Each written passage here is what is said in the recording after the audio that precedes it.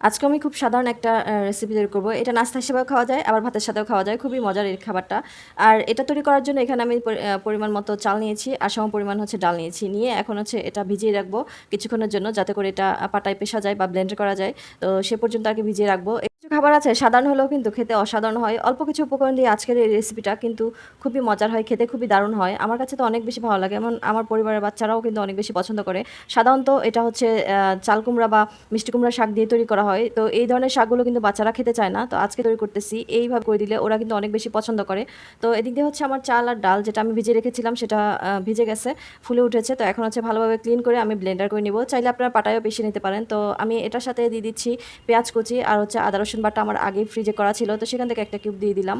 দিয়ে তারপর হচ্ছে এখন ব্লেন্ড করে নিচ্ছি। এই রেসিপিটা তৈরি করতে তেমন কোনো উপকরণ লাগে না, অল্প কিছু কয়েকটা হাতে গোনা উপকরণ দিয়ে হচ্ছে এই রেসিপিটা তৈরি করা যায়। এখানে আমি ব্লেন্ড করার সময় কাঁচামরিচ দিয়েছিলাম, আপনারা চাইলে এখানে কাঁচামরিচটা অ্যাড করতে পারেন, এতে করে আরও বেশি টেস্টি হয়। তো আমি হচ্ছে পরবর্তীতে এখানে গুঁড়ামরিচ অ্যাড করেছি। তো এখন দিয়ে দিচ্ছি আমি এখানে হলুদ, লবণ আর হচ্ছে গুঁড়ামরিচ দিয়ে এখন হচ্ছে ভালোভাবে আমি এটা মিক্স করে নিব।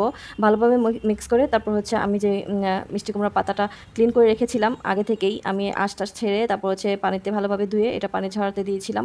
তো সেটা এখন সেটার গায়ে এখন হচ্ছে এই মিশ্রণটা মেখে দিব। ভালোভাবে উল্টিয়ে পাল্টিয়ে একদম প্রতিটা ভাজে ভাজে আমি ভালোভাবে দিয়ে দিব। একটু মোটা করেই ঘাড়ো করে এই ডালের মিশ্রণটা আর লেপে দিব।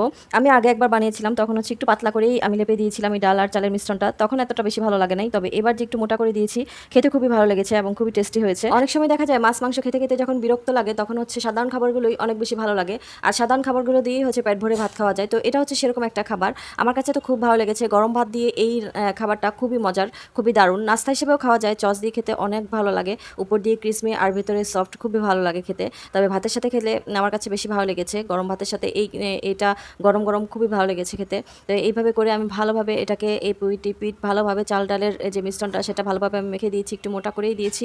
দিয়ে তারপর হচ্ছে আমি তাওয়ায় আগে থেকে একটু করে তেল দিয়েছিলাম। এখন এই তেলের মধ্যেই আমি এই পিঠ ভালোভাবে এটা সিদ্ধ করে নেবো একটু মৃদু আছে, যাতে করে ভেতর থেকে চাল ডালের মিশ্রণটা ভালোভাবে সিদ্ধ হয়ে যায় এবং শাকটাও সিদ্ধ হয়ে যায়। এটা ভাজার সময় চুলার হিটটা একটু কমিয়ে রাখতে হবে, মৃদু আছেই হচ্ছে এটা ভালোভাবে এপিট করে ভাজলে এটা খুব মুচমুচে হয়, ভেতর থেকে একদম ভালোভাবে সিদ্ধ হয়ে আসে। নয়তো কিন্তু উপর দিয়ে পুড়ে যায় আর ভেতরে কাঁচা থাকে, তখন কিন্তু এটা খেতে ভালো লাগে না। তো এটা হচ্ছে মিডিয়াম আছে, এটাকে রান্না করলে সবচেয়ে বেশি ভালো হয়, মুচমুচে হয়, একদম ক্রিসমি হয় খেতে, খুবই মজার এটা।